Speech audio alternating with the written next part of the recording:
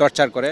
তারা স্বীকারোক্তি আদায় করতে চায় যে এটার সাথে আমরা জড়িত, আমরা মেট্রো রেল ভাঙচুর করেছি, আমরা মেট্রো রেলে আগুন দিয়েছি, এটা আমরা স্বীকার করতে হবে। তারা বলে আমরা যতই না করি যে আমরা তো এগুলো করি না, তারা বলে তোরা এখানে গেছিস মানে এটা করছিস, তোরা এটা করস নাই কিন্তু আমরা জানি, কিন্তু তারপর তোরা স্বীকার করতে হবে। প্রতিবার আমাদেরকে টর্চার করতো আর ধরেন ভিডিও করাইতো, একটা যে ভিডিওতে স্বীকারোক্তি দেওয়ার জন্য বলতো যদি এইবারটা তোদের হয়ে যায় তাহলে এর পরের বার তোদের আর ডাকবো না।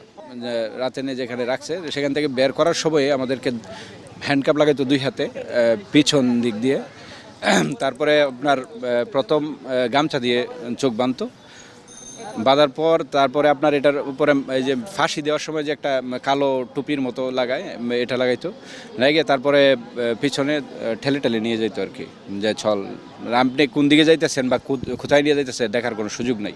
ডিসির সামনে